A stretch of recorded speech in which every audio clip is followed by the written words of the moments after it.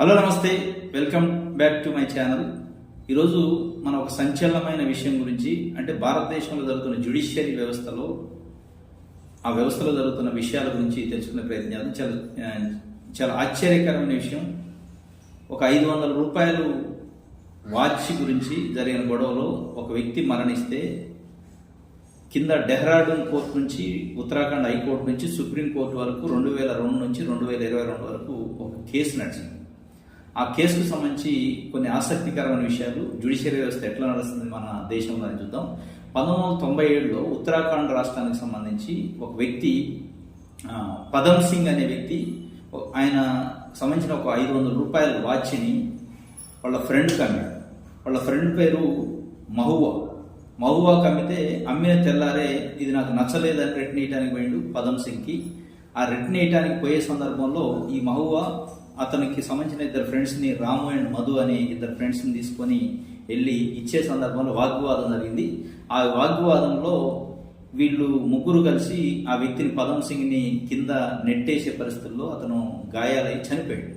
ఆ చనిపోయిన పరిస్థితుల్లో 1997 నుంచి 2002 వరకు డెహ్రాడూన్ కోర్టులో వాదోపవాదాలు జరిగిన తర్వాత ముగ్గురికి 5 సంవత్సరాల కఠిన కారాగార శిక్ష వేసింది డెహ్రాడూన్ కోర్టు. దాని తర్వాత దానిపైన ఉత్తరాఖండ్ హైకోర్టుకి అప్పీల్కి వెళ్ళారు ఈ ముగ్గురు. ఉత్తరాఖండ్ హైకోర్టు 2002 నుంచి 2012 వరకు దాదాపు 10 సంవత్సరాల పాటు ఆ కేసుని హీరింగ్ చేసింది. వాళ్ళకి వేసిన శిక్ష 5 సంవత్సరాల కఠిన కారాగార శిక్ష, కానీ దానికి అప్పీల్కి పోతే 10 సంవత్సరాలు పట్టింది. 2012కి 10 సంవత్సరాలు చేసిన తర్వాత హైకోర్టు డెహ్రాడూన్ కోర్టు, అంటే లోయర్ కోర్టు వేసిన శిక్ష కరెక్టే అని నిర్ధారణ చేసింది. ఈ లోపే ఈ ముగ్గురులో 2 చనిపోయారు. చనిపోయిన తర్వాత 2012లో ఉత్తరాఖండ్ హైకోర్టు తీర్పు పైన మళ్ళీ అప్పీల్ పోయారు సుప్రీంకోర్టుకి. సుప్రీంకోర్టు 2026లో జూన్ నెలలో సంచలనమైన తీర్పు ఇచ్చింది. అసలు ఈ కేసులోంచి ఆ మిగిలిన 2 చనిపోయారు కదా, ఇంకో మిగిలిన వ్యక్తి కూడా 60 సంవత్సరాల ఉండేది కాబట్టి కేసే లేదు, కొట్టివేయబడుతుందని చెప్పి కొట్టివేశారు.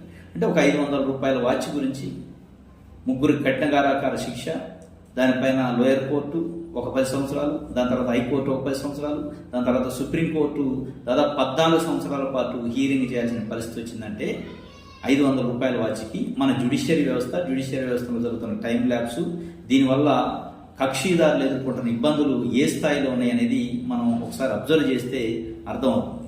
చాలా చాలా విచిత్రమైన పరిస్థితులు అన్నమాట మన దగ్గర జరుగుతున్న కేసుల విషయంలో.